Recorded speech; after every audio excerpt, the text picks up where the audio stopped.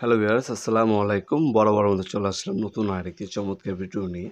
আজকে হচ্ছে টুলসিম ব্র্যান্ডের 800 ওয়াটের একটা জিগসো মেশিন দেখানোর চেষ্টা করব। 79551 মডেল।